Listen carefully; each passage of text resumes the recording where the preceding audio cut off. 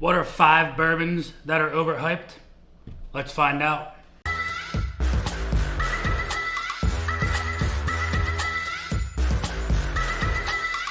What is going on, everybody? Nathan here with the Everyday Drinker, bringing you guys a brand new video. That's right, we are back and ready for more content, bigger content, better than ever content. Y'all thought that I was never coming back, and at one point I thought I was never going to be coming back because I was stuck in the Punta Cana airport for 24 hours. But that video is going to be at the end of the video so that I don't bore you guys with stories from my honeymoon. But if you want to hear about the honeymoon and the wedding and whatnot, I'll give you a little bit of the recap of the week and a half endeavors that we went through at the end of the video. But I just want to thank everybody that left awesome, very, very kind comments on my posts on the channel. Just letting you guys know everything that went down. As you can see, I got a ring on my finger. We got married. She said I do. I said I do. And there it is. Again, I just want to thank everybody for sticking around. The new subscribers that came around without me even uploading videos to the channel, just liking and subscribing to old videos. Can't thank you guys enough. But here we are, back better than ever. And I can't wait to bring you all fantastic content. And like we never left before, we haven't hit 5,000 subscribers yet. So at 5,000 subscribers, this bottle of Blantons right here, this one, this beautiful bottle of Blantons could be yours. All you got to do is hit that subscribe button, keep liking these videos and commenting down below. And this, like I keep saying, could be yours. But let's get into what this video is all about. This video is all about 5 bourbons that are overhyped. Now, what do I mean by overhyped? I don't mean that these are bad bottles of bourbon. I just mean that the hype around these bottles is just through and through too much. These bottles don't deserve the hype that they get. They don't deserve the price gouging that they are getting. And, well, I just think that these bottles are 5 bottles that, well, shouldn't be where they are in the bourbon kingdom, right? So without further ado, let's get into bottle number 1.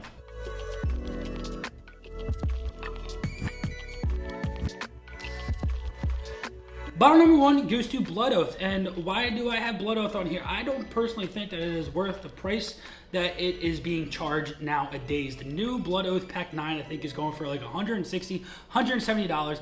And I personally am not going to pick it up because I've been hearing really bad reviews about it.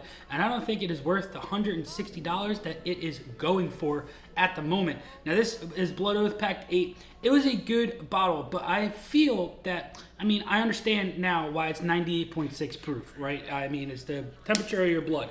Really cool, the thought process behind that, but I really think that what make this bottle of bourbon stand out is if it was a little bit more proofed up, right? I think the hype around it would be a little bit more understandable if the proof was a little bit higher and you could get those really beautiful bourbon notes of that older aged bourbon that is finished in these really, really fun casks. This one was the, what was this again? I can't even remember. God damn.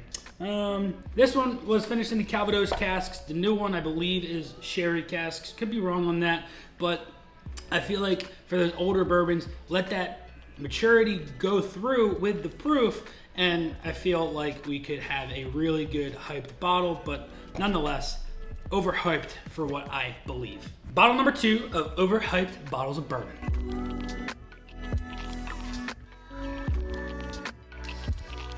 Henry McKenna Tenure. Now, Henry McKenna Tenure, from what I have experienced, has been a really delicious pour. I've had a couple of bottles of it, and every single one of them have been really, really good. Now, I know a lot of guys out there have picked up really, really crappy, disgusting bottles of this Henry McKenna Tenure, and, well, for me, that is why I think it is overhyped. The price of this bottle when I first picked it up was like $42, and I mean, for me, that was a little expensive, right? But now these bottles are pushing $70, $80, $90, sometimes $100. And for me, the hype around this bottle is just getting too much, and it does not deserve the hype that it is getting because of the fact that some guys, such as yourselves, are getting bad bottles of juice. I've been fortunate to get good bottles of it, and I feel because the production of each and every barrel is so vastly different that the hype around this bottle right here is undeserved. Bottle number 3, you guys probably already guessed that this was going to be on this list, but let me bring it out for you and put it right here, front and center.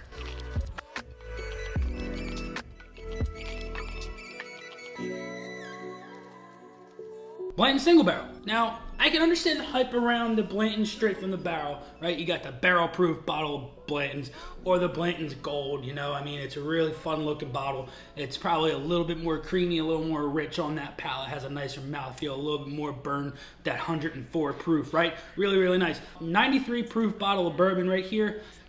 I don't understand, right? I mean, ooh, it's a single barrel. Ooh, it's got a horsey on top of it. It's got some really nice wax around it, and it looks like a grenade. But nonetheless, this right here loses blinds, comes in third, fourth, fifth. Sometimes it might come in first, but I rarely ever see Blantons winning in blinds. But yet people go absolutely nuts over this bottle of bourbon, and it is undeserved. It really is. It's a fun bottle to have on your shelf, right? I'll give you that. But nonetheless, the hype around this bottle is not deserved, and that is why it is on this list. Bottle number 4.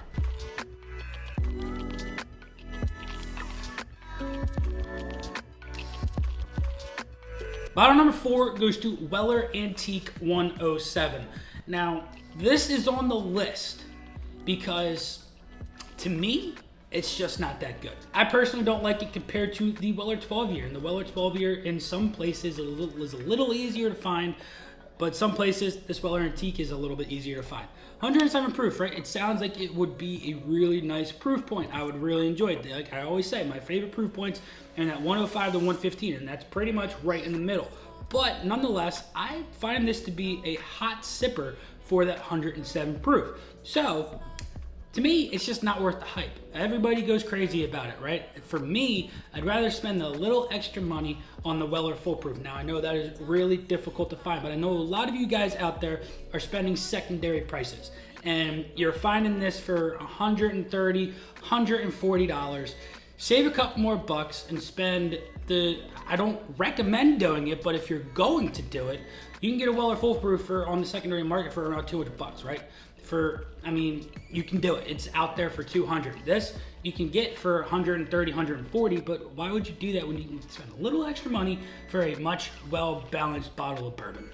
And finally, bottle number 5. You guys probably don't know what I'm gonna put on here. And I like the mystique around that, right? You think that it could be Buffalo Trace. It could be Wild Turkey 101. It could be Wild Turkey Rare Breed. It could be Russell's Reserve. It could be Barrel. But I don't think you understand that I personally am not really enjoying this bottle at the moment. And, well, the hype around it to me just isn't deserved. And that goes too.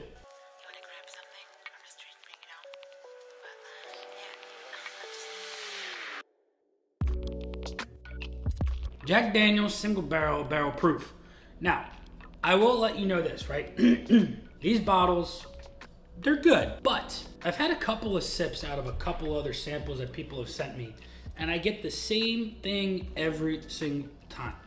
You get that banana note, right? You get that really hot kick in the beginning of your palate, and nothing really changes from there. Every time I've had this in a blind against other barrel-proof bourbons, it is usually in the last two because I can pick it out instantly, right? Now that's not a bad thing. If you can pick a bourbon out instantly, that's really not a bad thing. But if there's no characteristic behind the one note that this bottle has, to me, that's a problem.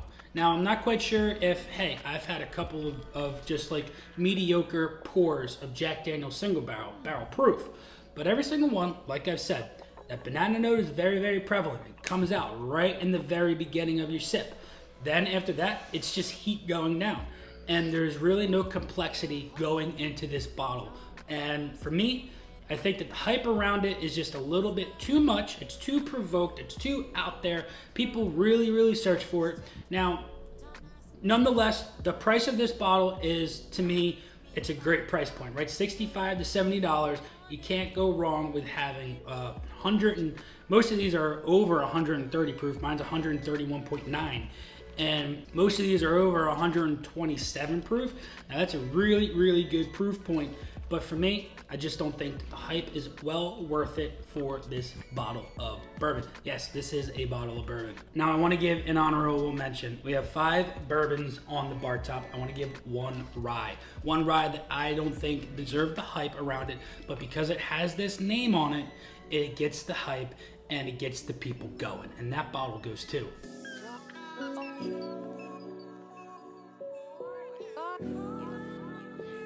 E.H. Taylor Straight Rye. Now, it's 100 proof, it's rye, it's good, but it's not great. It's not great at all. There are much better ryes out there. This is a $75, $80, maybe $90 bottle, secondary pushing $250. For me, not worth that price point whatsoever. Just because it's got this yellow label on there saying E.H. Taylor on there makes this bottle go through the roof in that hype point. And for me, it's just not that good compared to other bottles of rye that I have had that I enjoy a lot more than this one right here. So I want to know what bottles of bourbon you think are overhyped. Which ones do you think on your shelf in the stores? The ones that you just don't think are worth the hype. Let me know down in the comments below. But if you stuck around this long, if you want to hear a little bit about our trip to Punta Cana, I'm going to give you a little rundown of our trip, right? It was a lot of fun. The wedding was fantastic. I'm going to throw a couple of pictures here, one there, one here, one there, one in the middle, so you guys can see the fun day that ensued on July 7th. I got to marry my best friend. She was absolutely beautiful. Say enough how wonderful that day was. But nonetheless, there were a couple of pictures of that. Now we're gonna go over and talk about Punta Cana. Now, we had a blast, right? Just chilled, did a whole lot of just chilling and drinking a lot of mojitos, a lot of pina coladas, stuff like that. Last day, right? I'll tell you the endeavors that went down on the last day. So last day, we get the notification that our flight was delayed about 30 minutes. So we call our driver, we say, hey, can you pick us up a half hour later? He says yes. Hour later, we're chilling at the pool. We get another notification that our flight is delayed another hour. Call our driver again, say, hey, can you pick us up an hour later? He says yes. Our flight was originally supposed to take off at 3:01. It is now going to be taking off around like 5:30, right? So we're like, all right, whatever, we're chilling. We don't get another notification for like another hour or so, so we get picked up, we get taken to the airport. We're there at the airport around 1:30, 2 o'clock, and we're ready for our plane to take off at 5 o'clock. And we get another notification as soon as we get through the TSA or whatever they have there in the Dominican Republic saying that our plane is delayed another half hour. So now it's not supposed to take off until 6 o'clock, and we're like, what the heck? But nonetheless, we're chilling, and we get another notification probably a half hour later, another half hour delay. At this point, we're like, what is going on? Supposedly up here in the Northeast, well, not supposedly, definitely there were thunderstorms and whatnot going on. So it was supposedly a weather delay. But the thing is one of the JetBlue planes was there. That was supposed to be our plane, but we got bumped off of that plane, and a flight from JFK in New York got our plane, whereas we were flying into Newark, New Jersey, and that's only like 20 miles away, if that, anything from JFK. And we were pissed at that point, but hey, it is what it is. Our pilots were there 12 o'clock, I think they clocked in. Pilots have an allotted time of 8 or 9 hours, I think. So we were waiting. At this point, the next plane wasn't gonna land until 9 o'clock. And at that point, the pilots can't fly. So we got stuck in the Punta Cana airport for about 9 hours on day one for our flight to get delayed from that day till 8:30 a.m. the next day. Now, we had to figure out what to do. We had to get taxi service from the airport back to Secrets, where we stayed for another night. But we're coming after you, JetBlue, because the next day, our flight was scheduled for 8:30, then it got delayed till 11, then it went back to 10, and then, here's the kicker, right? We got delayed until another 6 hours. We didn't fly out of Punta Cana Airport until about 3:30 in the afternoon, or 3:30, 4 o'clock in the afternoon on Monday. So that's a 24-hour delay that we were stuck in Punta Cana, and we didn't know what to do. It was absolutely insane. Flights right now are getting delayed left and right. If you're watching this video and you're in an airport being delayed, hope this gave you a laugh, or I hope it didn't give you anxiety. But we were stuck in another country. If you're stuck in the United States, just be thankful that you are in the United States. But I hope you guys enjoyed this video. This has been Nathan with The Everyday Drinker. Cheers.